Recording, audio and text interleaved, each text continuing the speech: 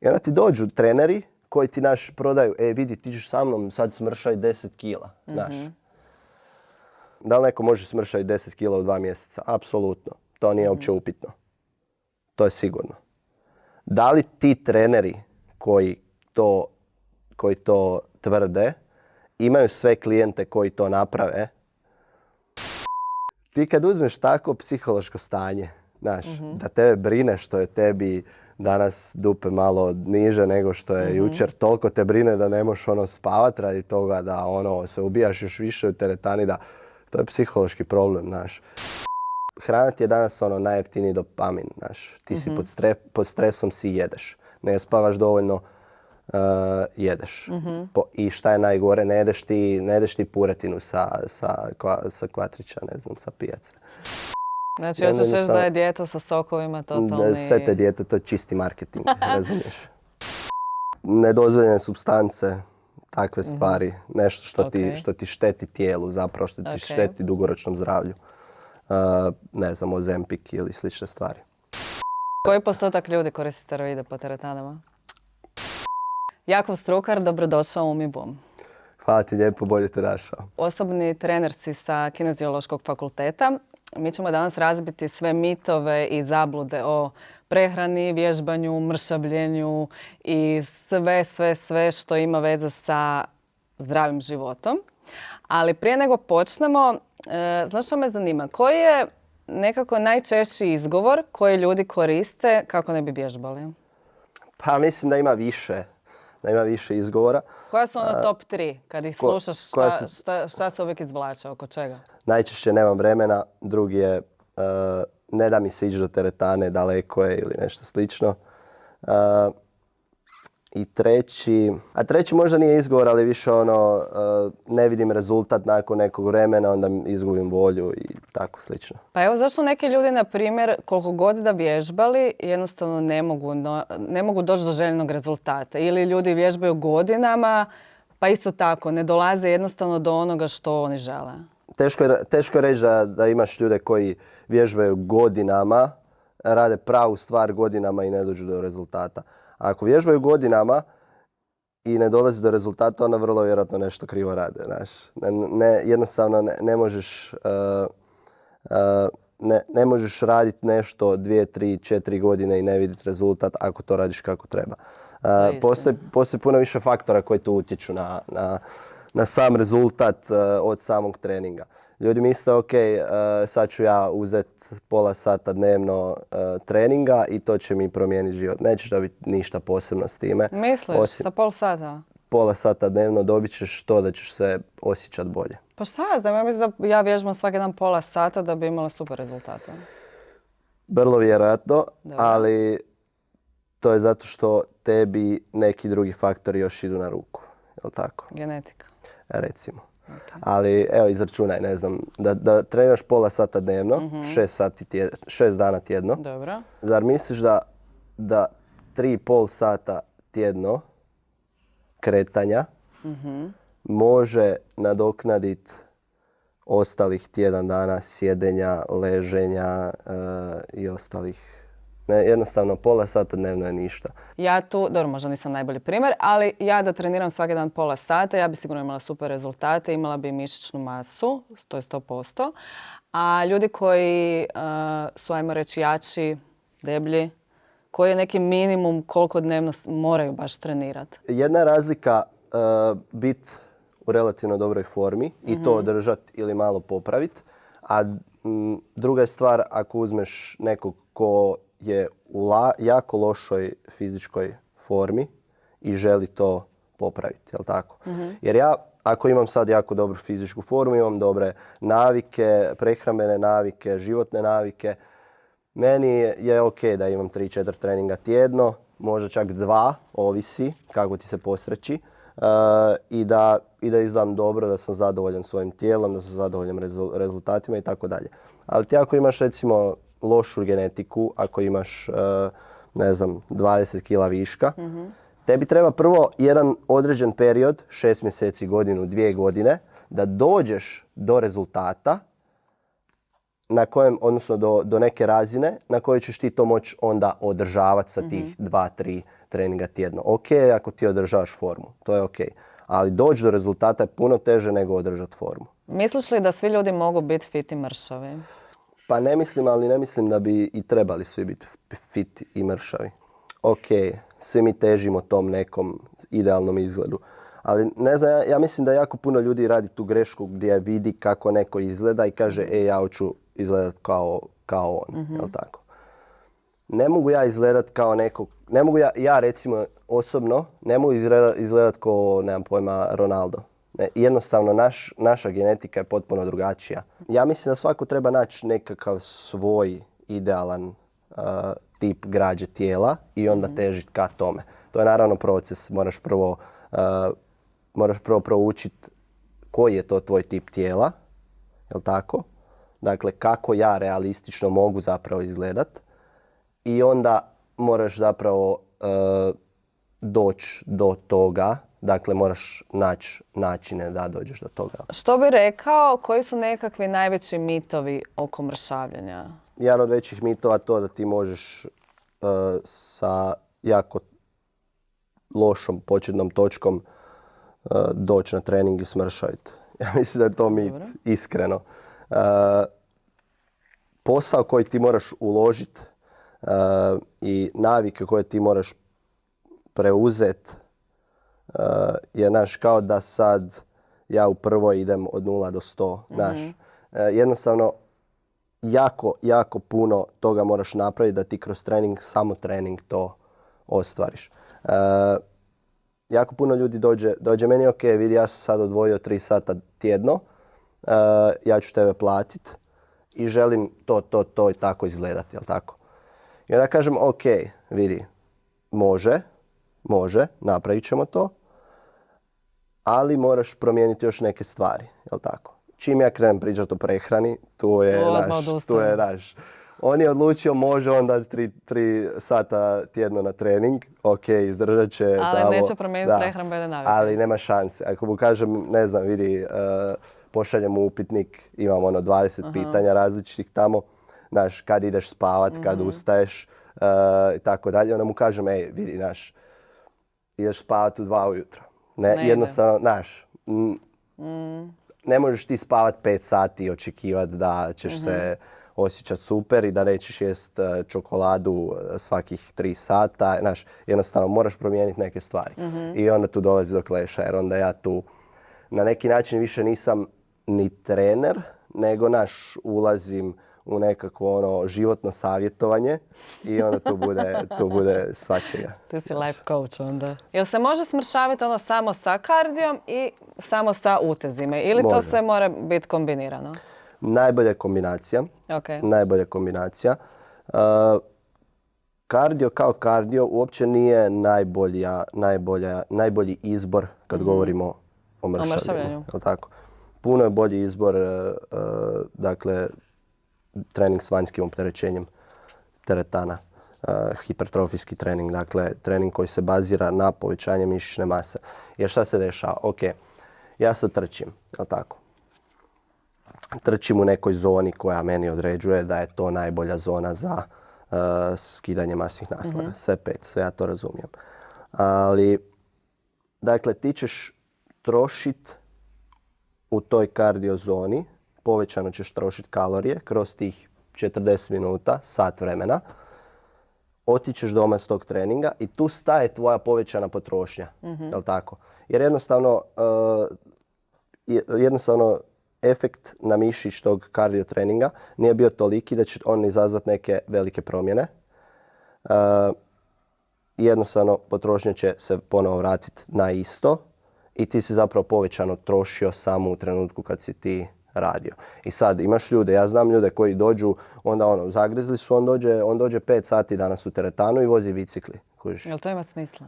Pa ima smisla, skinio je 30 kila, razumiješ? Ima smisla, ali ko će od nas 5 sati voziti bicikli? Moraš imati taj klik u glavi. Da. Puno bolja je opcija zapravo trenirati u teretani i raditi na povećanju mišićne mase. Jer šta se dešava? Dakle, ja kad povećam mišićnu masu, dakle, najveći potrošač energije u našem tijelu su mišići.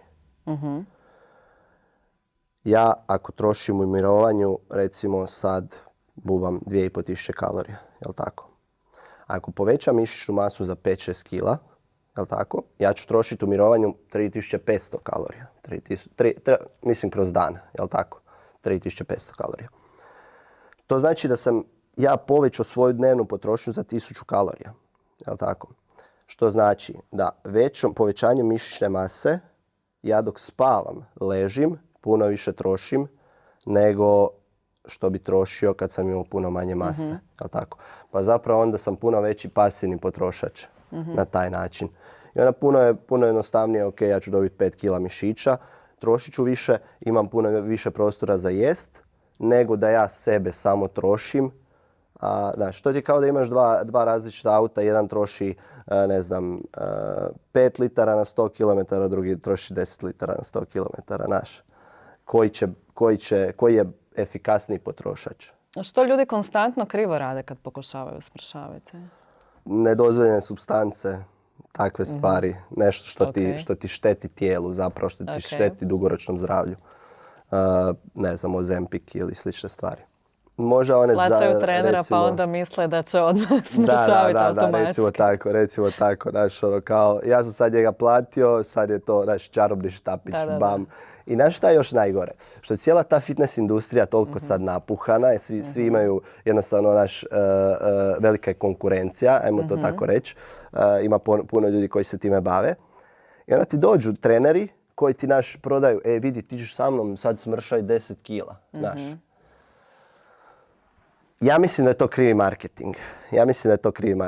Da li ti možeš smršati s nekim, da li neko može smršati 10 kila u 2 mjeseca? Apsolutno. To nije uopće upitno. To je sigurno.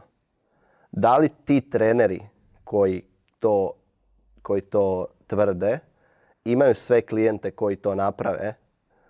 To je druga stvar. To je upitno. Jer uvijek će ti doći neko ko se ne želi ostaviti pekare. Jako puno ljudi je ovisno o hrani. Kad mu izbaciš jedan obrok, to je već problem, znaš. A kamoli kad mu promijeniš sve živo, znaš. Jel misliš da im je onda hrana kao više navika ili su stvarno ljudi gladni?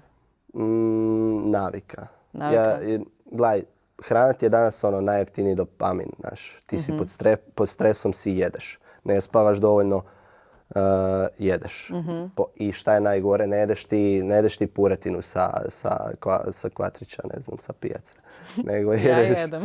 Ok, ali daš, kad si gladan i nervozan, onda odeš u pekaru. Kad si gladan, nisi svoj. Uzmeš 300 grama milku, kužiš. Je, to je istina. I McDonald's. Šta ćeš onda, znaš. I to se desi 3-4 puta tjedno, kroz godinu, 2, 3, 5.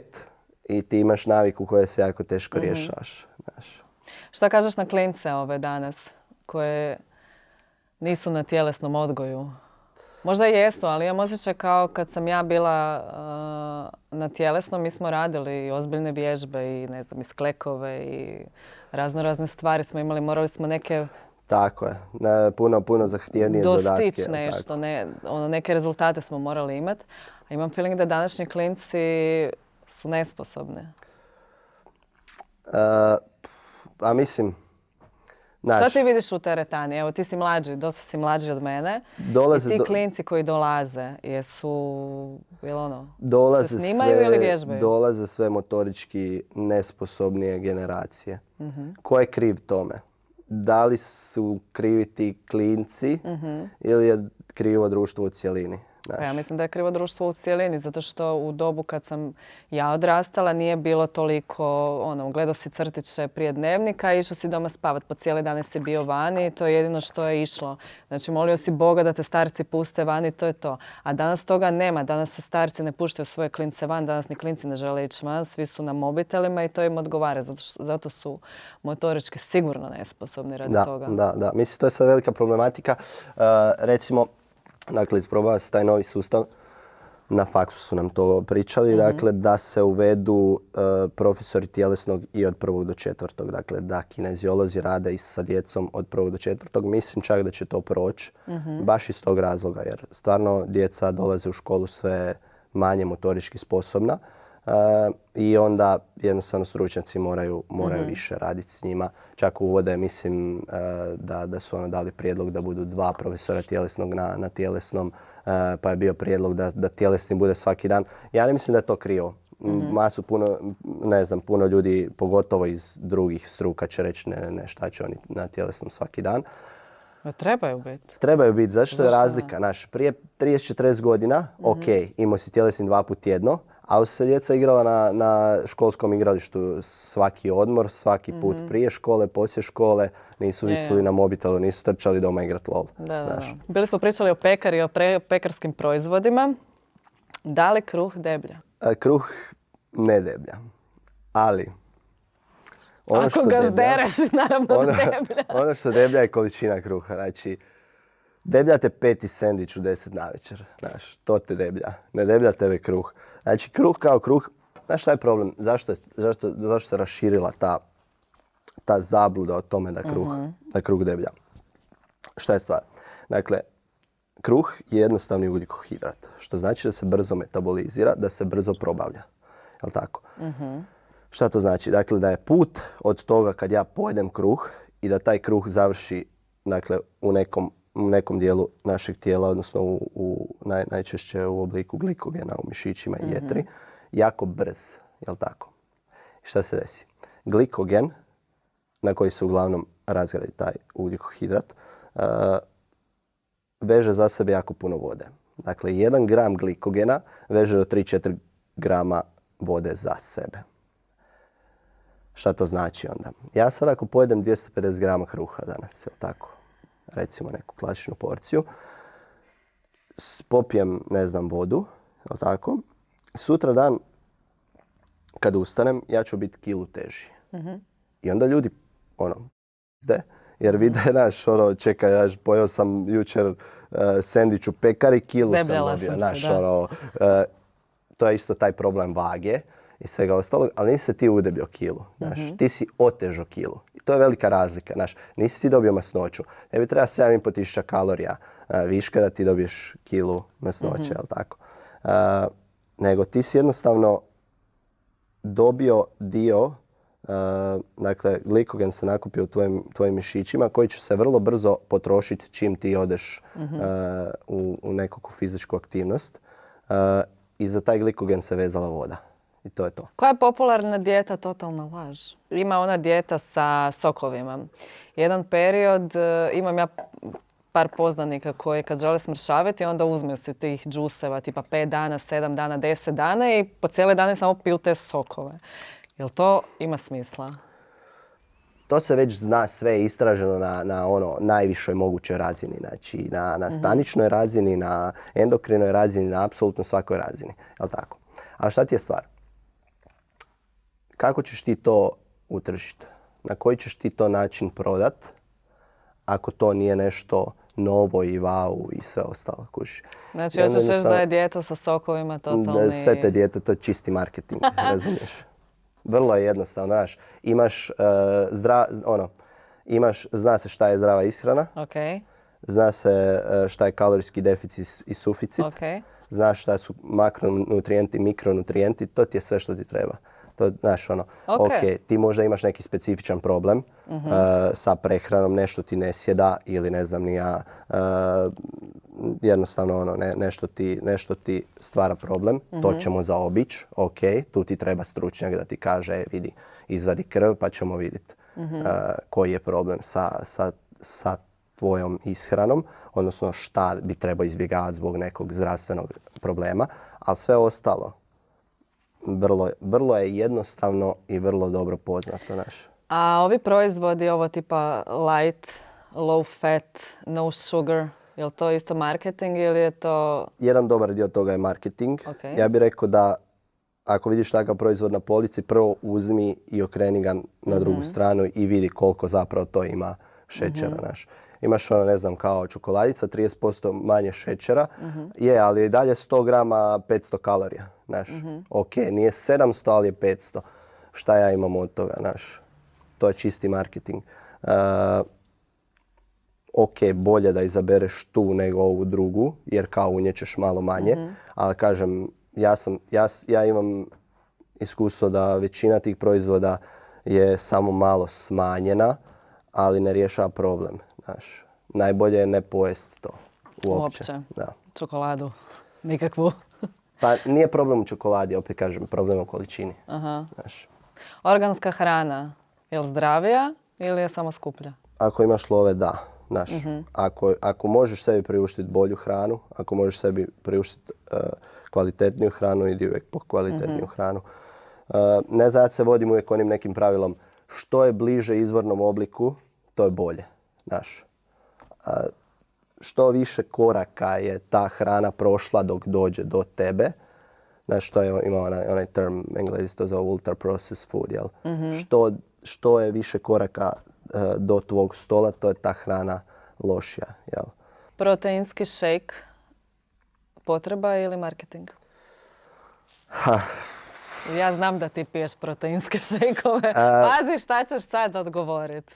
To je, dakle, dodatak ishrani. Ok. Je li potreban? Ili Nije si potreban. samo Nije potreban. Uzmeš to jer nemaš trenutno, ideš van iz teretane, nemaš šta pojest, nećeš ići u pekaru. Koliko je to korisno? Gledaj, znaš kako, nama ti na faksu dosta često kad god postavimo neko takvo pitanje, uvijek kažu ovisi. I na 70% stvari ti je odgovor ovisi. Ovisi. O čemu? Ovisi jako puno faktora. Ja ako sam u nekom striktnom režimu, idem ka nekom cilju, jel tako? Želim dobiti 5 kila mišićne mase, ali uz to ne želim izgubiti posao, ne želim da mi karijera pati, da mi pate neke druge stvari u životu, jel tako? I zbog svega toga ne stignem toliko toga kuhat, jel tako? Ne stignem svaki dan napraviti sebi govedinu, ne stignem napraviti sebi piletinu, jednostavno tako je. Onda suplementacija tu uskače. Danas nisam stigao ručati kako treba, popit ću šejk da unesem taj dovoljnu količinu proteina. A ako možeš bez toga, bolje bez toga. Ali integracija proteina recimo iz šejkova je mislim da 10% manja od klasičnog proteina. Dakle, ako ja pojedem bjelanjak, puno je bolja integracija u mišić nego taj šejk. Većina ljudi ima problem sa dijetama, odnosno nakon dijete im se vrate kilogrami. Zašto? Zato što ti zapravo na dijeti ti se mršaviš, ali zapravo izgubiš masu, izgubiš mišićnu masu, jedan veliki dio mišićne mase. Šta je stvar? Mišić je vrlo metabolički skupo tkivo.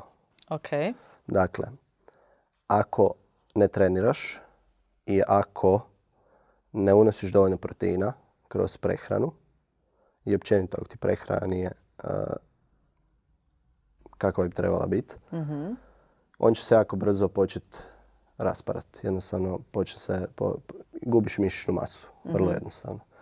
I šta se dešava?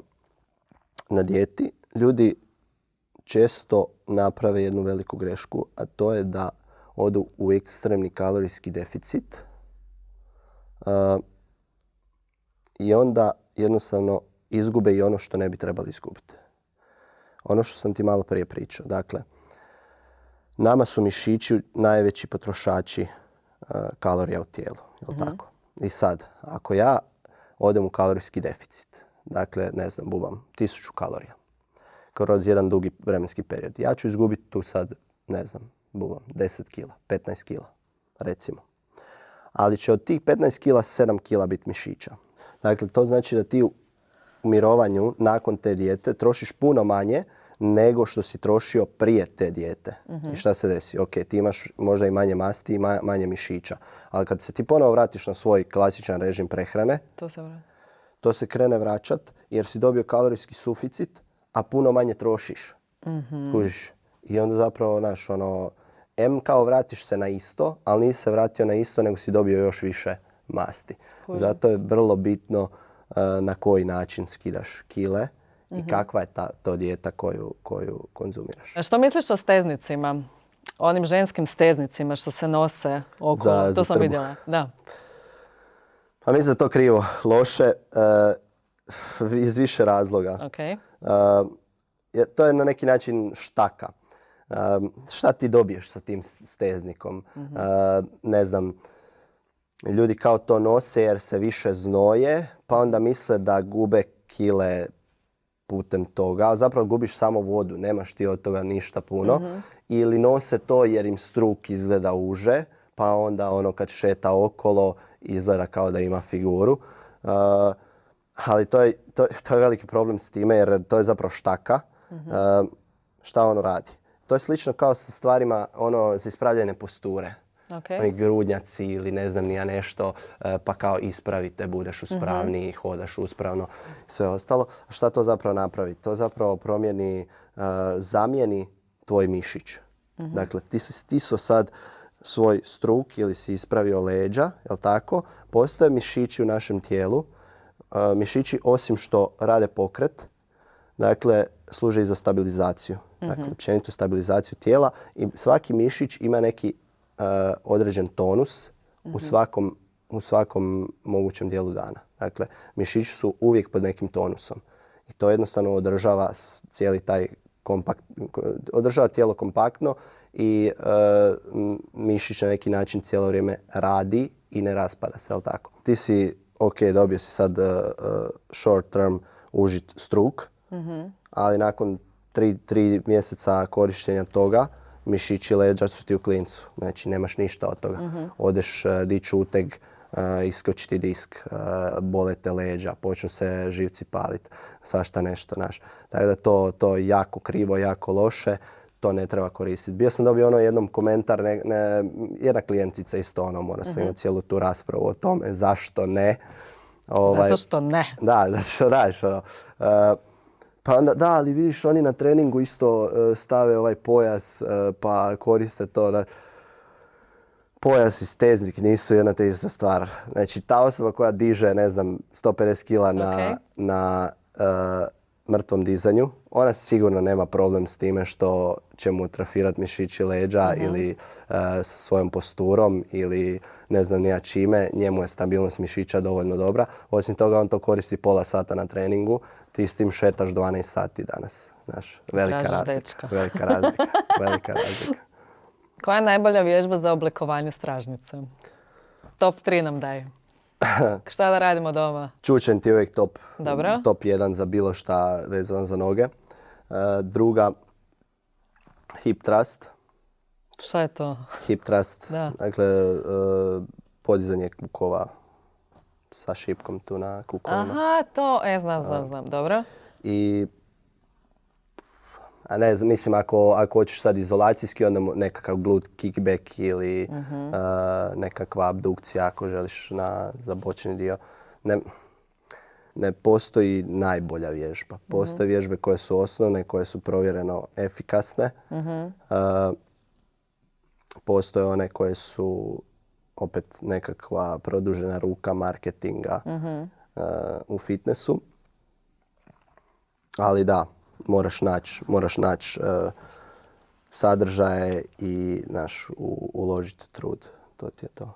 Sad sam me baš sjećam se jednog perioda kad su bili izašli oni pametni satovi, sve to onda su se svi mjerili korake. Se sjećaš toga? Jedno vrijeme su svi bili opsjednuti s tim i sad, dolazi kolega na poslu i danas sam napravio, 500 koraka, danas sam napravio 1000 koraka i mogu sad pojest kolač, sad sam napravio 5000 koraka. Koliko to realno? Koliko je to realno za što? Pa kao da se opravdaš s tim da možeš pojesti, da ako napraviš danas 5000 koraka, znači da ne moraš ići na trening i da si ti svoju nekakvu normu ispunio. Ja recimo osobno ukomponiram to u nekakav plan i program treninga, plan i program općenito svega što radimo. I onda napravit ćeš 4 treninga tjedno snagu hipertrofiju, napravit ćeš 2 treninga kardija tjedno i napravit ćeš 10.000 koraka tjedno. Tako, to se može isto uračunati. Otprilike imaju formule za procjenu potrošnje za korake i svakako je bolje imati 10.000 koraka nego 5. Koliko to treba koristiti kao nekakvo mjerilo za to da li sam ja zaslužio nešto ili nisam, ne baš. To je više izgovor. Ok. Da li je istina da su privatni treneri skupi i nepriuštivi? Pa ne bih rekao da je tako. Ne bih Dobro. rekao da je tako. Neću te pitat koliko košta, što ne bi bilo lijepo. Ali evo, svi pričaju o tome kao svi trebaju privatnog trenera, ali da si ga ne mogu priuštiti i tako dalje. Pa mislim da si svako ko ima iole organiziran život, može priuštiti trenera, ne znam, recimo jednom tjedno. Ok. Da li je dovoljno imati trenera jednom tjedno? Ja bih rekao da je, ako si ti osoba koja jednostavno nije u nekom velikom problemu. Jel tako? Ja kao trener tebi mogu dakle sklopiti plan i program prehrane. Mogu ti sklopiti plan i program treninga. Mogu ti sklopiti nekakve smjernice za dan. Spavaj toliko, probaj malo više unositi vode, probaj smanjiti kavu. Jednostavno nekakve smjernice za lifestyle. I ako recimo ja i ti surađujemo sad nekih par mjeseci, ušli smo već u ritam sa treningom, naučio si nekakve osnovne vježbe, izvedba je na nekoj relativno dobroj razini. Ja ne moram biti tu svaki trening da ja tebe kontroliram šta ti radiš. Mi se možemo vidjeti jednom tjedno, da pročekiram malo, popričamo, ok, ovo mi je bilo ovaj tjedan teško, ovdje bi možda htio povećati, ajmo napraviti tu malo progresiju, idemo ka nečemu, idemo to i to izmijeniti i tako dalje. Tako da, znaš, ja bih rekao da ti možeš napraviti rezultat da se vidiš s trenerom jednom tjedno. To ti je šta? 4 treninga mjesečno. 4 treninga mjesečno, ne znam koliko da neko naplaćuje, mislim da si svako ko ima relativno sređen život može priuštiti. Što po tebi čini dobrog trenera? Lijep, zgodan, mlad, pametan. Ne, šalim se. Ali ozbiljno, što po tebi čini dobrog trenera? Iskreno, sad ću ja tebi postaviti pitanje. Da li misliš da trener mora biti lijep, zgodan, dobro izgledat? Ma ne. U formi. Da li mora biti u formi? Ne, ovaj dio sa izgledom je li lijep neko ili nije, to je sad sasvim nebitno. Ali da li mora biti u formi? Mora biti u formi. Mora biti u formi, jedino ako nema zaista neki problem koji mu je nastao tijekom života. Naprimjer, prije se bavio sportom, sve mu je dobro išlo, možda mu se desila nekakva tragedija, bi ja rekla, ili nešto, pa više nije u mogućnosti biti fit kao prije. Tu mogu uzeti izuzetak, ali sorry, ako si trener, ne moraš imati six pack, ali brate mili, ne možeš biti debel. Imaš jako puno trenera koji ne izgledaju skroz fit i ne izgledaju skroz onako kako bi možda nekakav savršen trener na naslovnici treba izgledat. Ali su puno stručniji, puno bolji treneri nego ovi koji su sami po sebi u formi. Kužiš. Jer šta mene čini dobrim trenerom? To što ja mogu sebe istrenirati i dobro izgledam ili to što ja mogu tebe istrenirati i tebi prenijeti neko znanje da ti dobro izgledaš. Pa ovo drugo, naravno. Znaš, tako da, najbolja kombinacija, ali ne volim recimo ljude koji guraju, ne znam, vidiš po društvenim mrežama puno komentara, šta ti pričaš, vidi kako izgledaš ili takve stvari. Aha, to bude tako. Bude po nekim komentarima nekih trenera. Ja nemam taj problem, ali vidim po komentarima nekih kolega ili nešto slično i ne podržavam takav pristup jer znam, ok, vidi ovaj čovjek zna šta priča, ovaj čovjek je vrlo stručan, ima završeno sve što treba imat, ima jako dugo vremena iskustva. To što sad on trenutno nije u nekoj savršenoj formi, to ga ne čini lošim trenerom. Nema veze s bilo čime. Dobro, znači ti na tvojim mrežama nema loših komentara? Ne, imam ja neke negativne komentare dolje. Kako reagiraš na njih? Ništa, uglavnom ne reagiram ili odreagiram šta pričaš ti prije. Znaš, ne, dobro. Ok. Pripremajući se za ovaj podcast sam bila naišla na teoriju da postoji anksioznost kod ljudi koji idu vježbati u teretani. Da, postoji nešto što se definira kao ta nekakva pozitivna ovisnost ili nešto slično. Jednostavno, trening kao takav isto podiže lučenje nekakvih hormona sreće, nekih hormona ugode, ne znam, adrenalin, dopamin, serotonin i tako dalje. I onda se mi na neki način naviknemo na to, na tu dozu toga. I to ti kao ne znam, sa kavom, jel tako? Ja sam navikao na kavu, konstantno svako jutro pijem kavu i sad odjednom ja izvučem tu kavu i osjećaš se loše, hormonska slika se poremeti. Staneš trenirat, onda nema više tog impulsa na koji si navikao i onda naša psiha jednostavno reagira na neki način da se pojavi anksioznost, da se pojavi možda depresija ili nešto slično. Mi smo isto bića navike. I ti si sad navikao svaki dan trenirati i sve ostalo i desiti se nekih tjedan dana da nisi trenirao i tebi je sad to Jel grižnja savjesti? Propast. Jel ti to imaš? Imao sam ko klinac jako puno toga. Mislim da je to nešto s čim se moraš naučiti boriti. Ok, ali daj mi reci evo točno kako to izgleda. Ja sam vidjela, kad smo se mi dogovarali za ovaj podcast, ti si meni bio poslao svoj raspored i ja koliko sam uspjela vidjeti si stvarno sat na sat ili daješ treninge nekome ili ti treniraš. Ako fulaš jedan ili dva treninga u danu ili nešto što si ti zacrtao, koliko te to proganja? Podsvjesno dosta, ali primijetio sam da se to dešava. Znaš, kroz jedan određen vremenski period koliko već radim i koliko već treniram. Primijetio sam da se to dešava i onda sam naučio kako se boriti s time. Kako se boriš s tim? Čim ja propustim trening, odmah kreću misli. Nema ništa od tebe, ovo sljedeće natjecanje, nema sad će ti propašiti mišićna masa, izgledat ćeš nikako, kakav si ti to trener, ne možeš odraditi trening za sebe. Moja podsvijest mene hoće ubiti, pojede me. Jednostavno moraš kao sa samim sobom, ta podsvijest koja ti gura cijelo vrijeme te rečenice, moraš se boriti protiv toga. Nije tako, neće se ništa desiti. Ne znam, ja sebe recimo tješim na neki način, nema veze, malo ćeš odmoriti. Odmor je dobar, odmor je bitan. Nedeljom, na primjer. Da, recimo. I onda uglavnom guram to. Nema veze, ajde, odradio si sad 10 treninga, treba bi malo odmoriti duže, dan, dva, tri. Dosta se često desi da je to zapravo dobra odluka, ali je problem s time što sam ja navikao na taj tempo konstantno gurat. I onda je teško izbiti se iz toga da stani malo odmori 2 dana. Ova anksioznost isto što si pričala, meni se isto desi, Ja sad za vikend kao, ajde ovaj vikend ću odmoriti, neću ništa raditi, jednostavno imao sam sad pripreme, imao sam težak period, idem odmoriti i onda nedjelju navečer, kolaps svijeta, nije dobro, nervoza, ne znam šta bi od sebe. Jel imaš osjećaj da kad tak ne treniraš, taj jedan dan ili jedan vikend koji si uzmeš, jel imaš osjećaj da ti onda kao mišićna masa pada? Psihološki.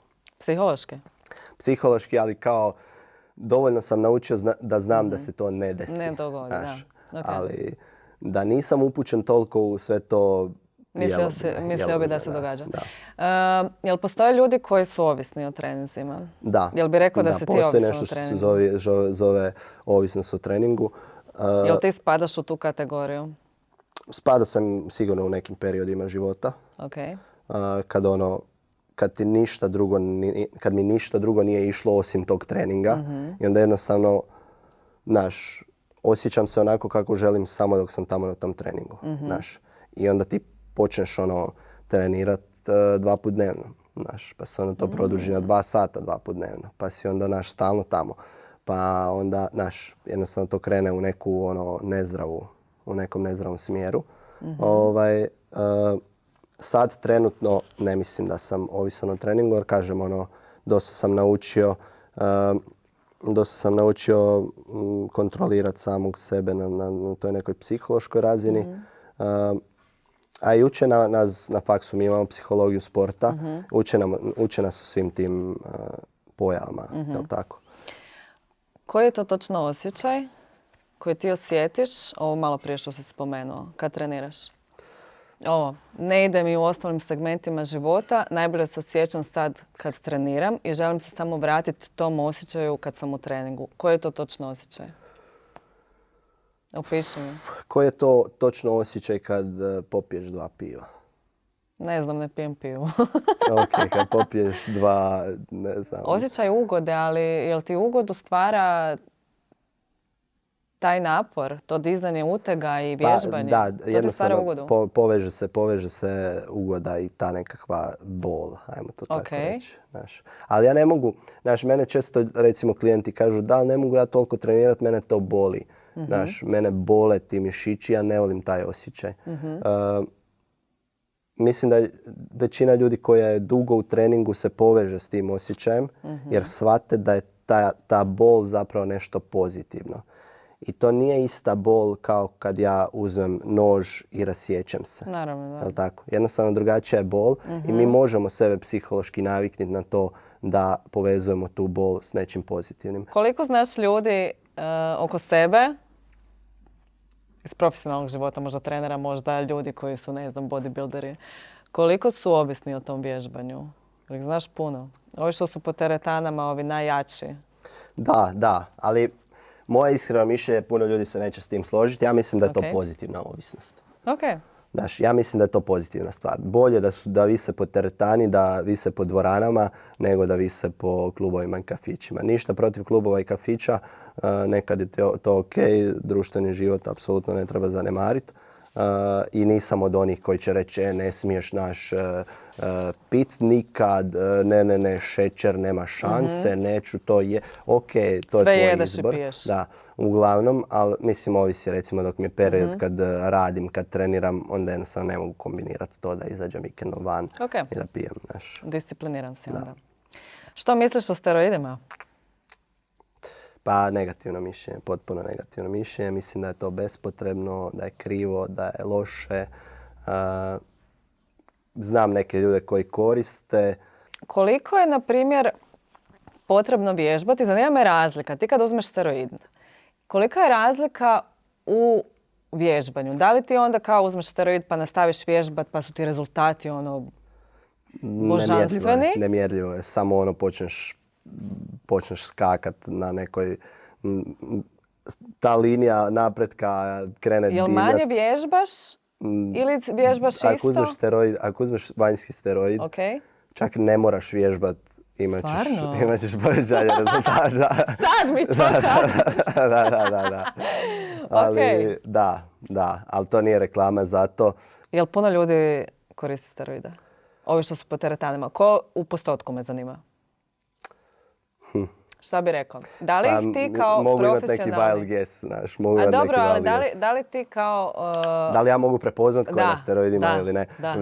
U većini slučajeva da. U većini slučajeva da. S tim da imaš ljude koji na steroidima je alburasti, ne izgledaš ko da si na steroidima. Znaš, promijeni dilera, nemam pojma. Pravi nešto. Pomozi si, ali znaš.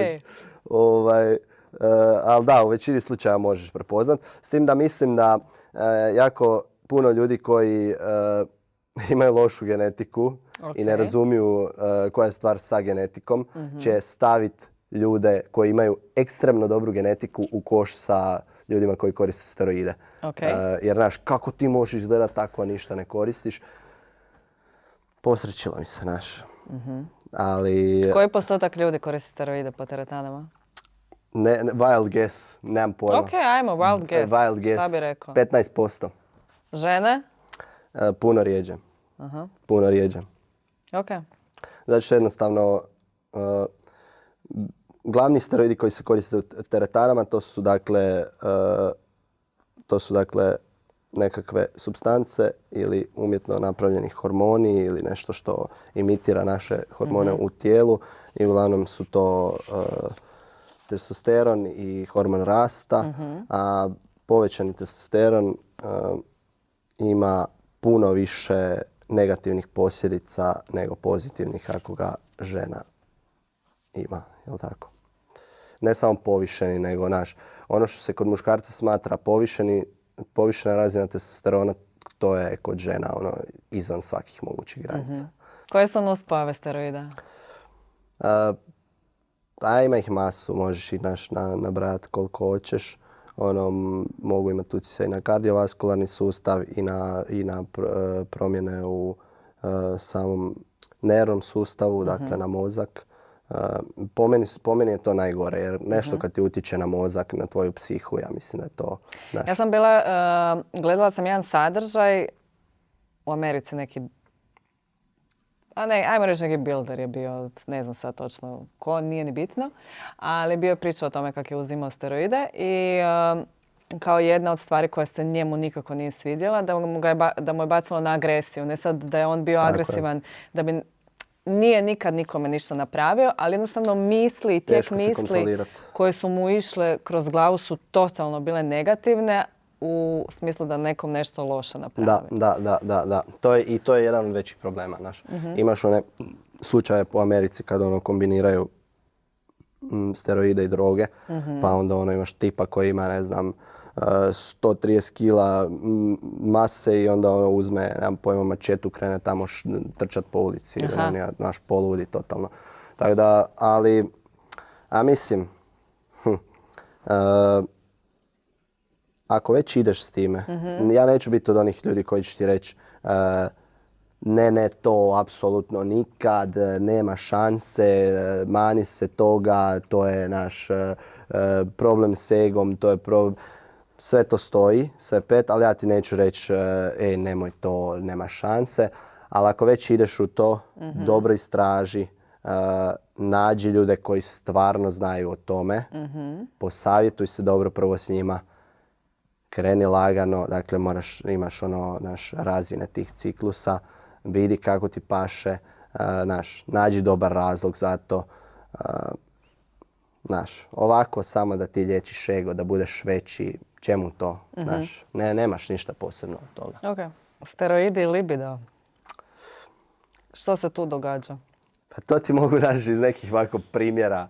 Znam neke ljude koji su uzimali, konzumirali steroide i onda mi govori puraz napaljen sam konstantno, ne mogu živjeti sa samim sobom, ludje. Ali da, mislim znači, uglavnom je povećana želja za seksom. U početku, dok koristiš. A onda kasnije se... Naglo pada, da, tako nešto. Nije kod svih ista krivulja, jel tako? Ali mislim da je takav efekt. Prvo budeš lud, a onda padneš. Pogotovo je problem kad prestaneš koristiti. Jer na šta se desi? Steroid je dakle vanjski hormon koji ti uzimaš u tijelo. I onda se iz tog razloga naše zvijezde prestanu lučiti tvoje hormone. Dakle, ono što ti je prirodno, što normalno imaš u tijelu, na neki način inhibiraju se, prestanu proizvoditi hormone. I onda ti kad prestaneš, nemaš uopće drajva. Sve se pogasi jer nemaš vanjski steroid koji si do sad unosio i nemaš ovaj unutrašnji, odnosno ovaj koji inače lučiš. Tako? Poveća se lučenje ovoga estrogena, pogotovo ako je fulan ciklus, tu ti se može jako puno stvari poremetiti. Ne znam, nisam endokrinolog, ne znam sad točno kako to ide u mjere, ali jako velike probleme može stvoriti na hormone. Ozempic. Čula sam da ljudi jako su svi na Ozempicu. Iako nisam sigurna što to točno znači. Ali navodno su svi na tim nekakvim kurama. Iako sam ja nedavno bila srela jednog poznanika koji živi i radi u LA-u. I rekao mi je da je Ozempic, da to samo mi Hrvati tu koristimo, da to u Americi niko ne skida kile, tako? Da. Amerika. Mislim, na Americi ti je sve na steroidima, šta god je kod nas tamo je 10 puta jače. Imaju nekakve supstance, imaju nekakve lijekove koji su slični Ozempicu, ali su puno jači. Koji je problem sa Ozempicom i sličnim stvarima? Dakle, Ozempic nije lijek za mršavljenje.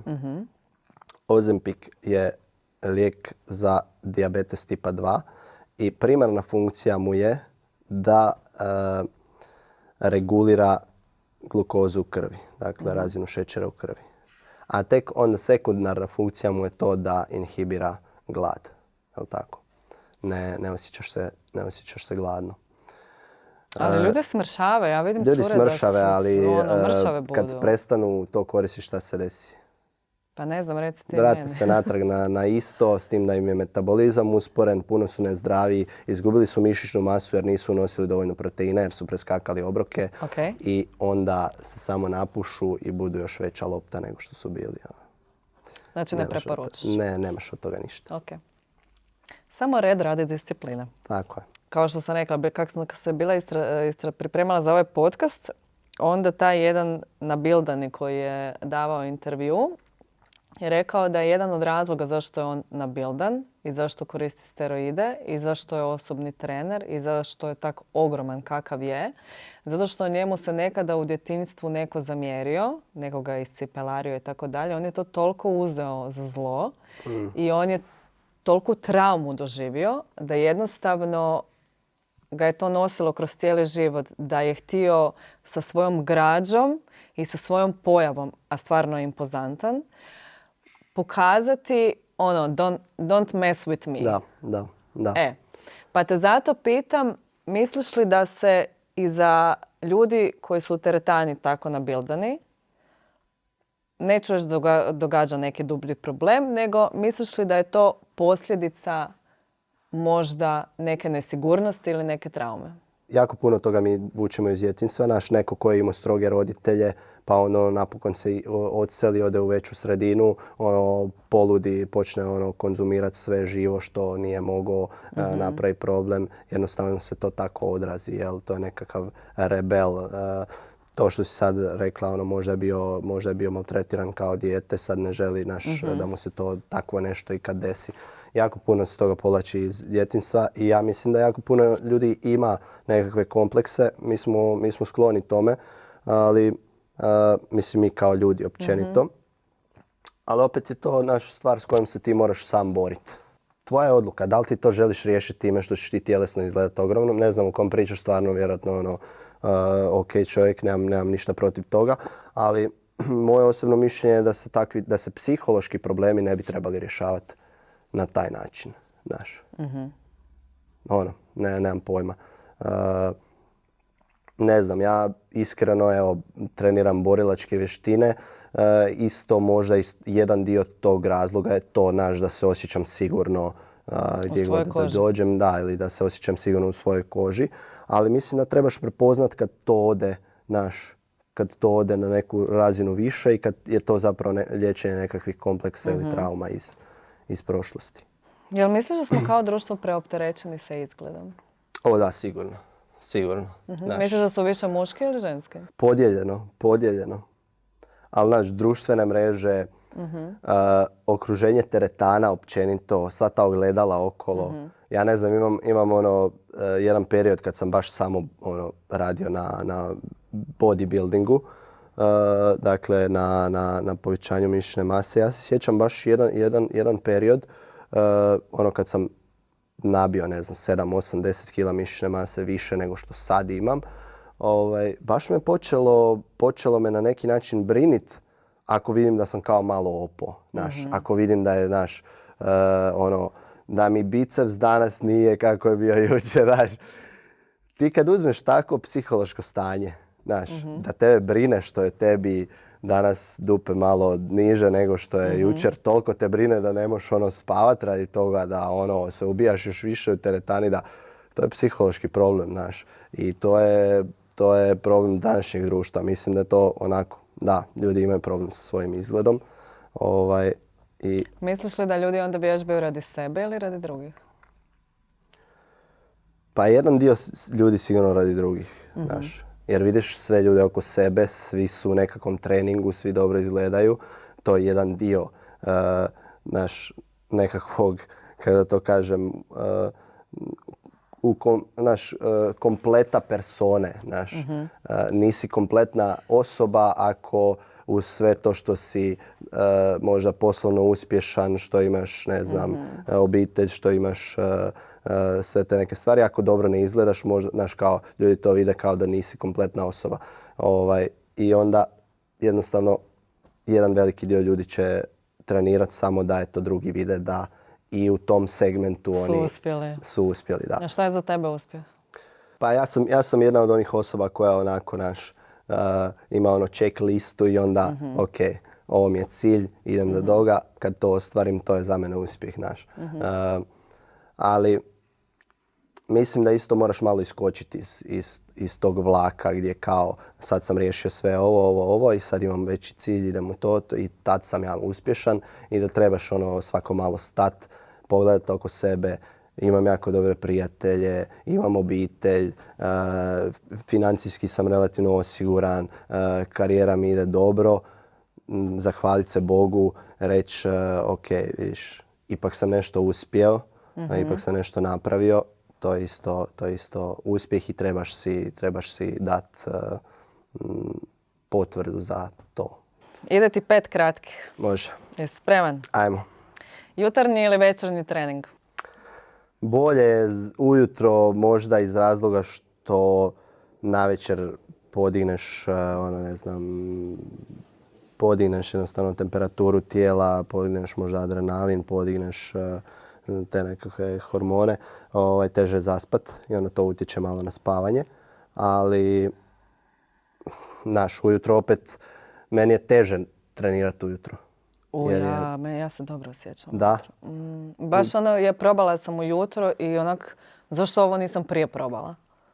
Baš mi je bilo dobro. Mislim da je to pitanje osobne preferencije. Na što ti padne roleta kad vidiš da ljudi rade u teretani? Kriva izvedba vježbe. Znaš, molim te nađi nekog ko zna nešto o tome i pitaj ga da li je to dobro. Možda ti misliš da nešto znaš, ali molim te nađi drugo mišljenje. Znaš, pitaj nekog sa strane, daj pogledaj me, molim te da li ovo valja. Okay. Teretana ili grupni trening? Kombinacija. Najgora navika drugih ljudi u teretani ili na treninzima? Sjedenje na spravama. Ili pijenje energetskih pića tijekom treninga. Onak, zašto to radite? Da, i to, Prestanite to raditi. Popio sam limenku. Ti ponese 3 komada od pola litra. Šta radiš? I zadnje pitanje, imaš li curu? Ko je stavio to pitanje? Pitam za frendice, imaš li curu? Evo, piše tu imaš li curu, tako su mi napisali, moram to postaviti. Nemam curu. Kratko, jasno. Top. Poruka za kraj?